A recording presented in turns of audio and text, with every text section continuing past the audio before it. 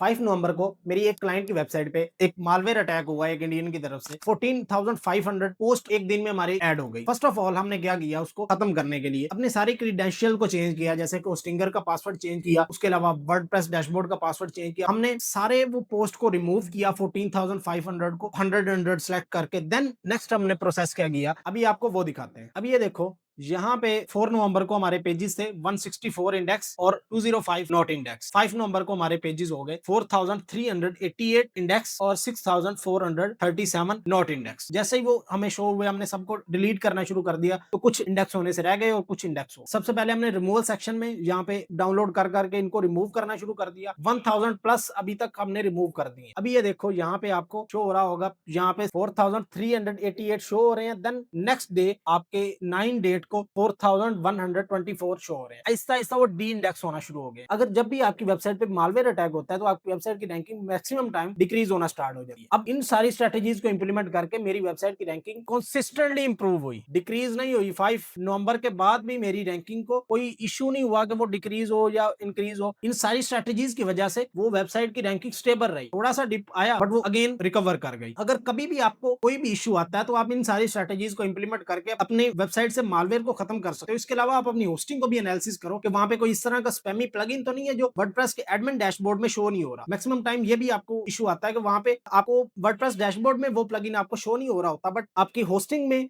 वो plugin exist कर रहा होता है। तो वहां से भी आपको ये चीजें रिमूव करनी पड़ती है। इन सारी स्ट्रेटेजीज को इंप्लीमेंट करके अपनी वेबसाइट को सिक्योर कर सकते हो और अपने क्लाइंट का बिजनेस को कंसिस्टेंटली इंप्रूव कर सकते हो। अगर इस तरह की टिप्स चाहिए तो फहीम भट्टी एसईओ को मस्ट फॉलो कर लेना। और अगर ये वीडियो हेल्पफुल लगी हो तो वीडियो को लाइक, फॉलो और शेयर लाजमी करना उन फ्रेंड के साथ जो इस तरह की लेटेस्ट मैंटिक एसईओ की स्ट्रेटेजीज लर्न करना चाहते हैं।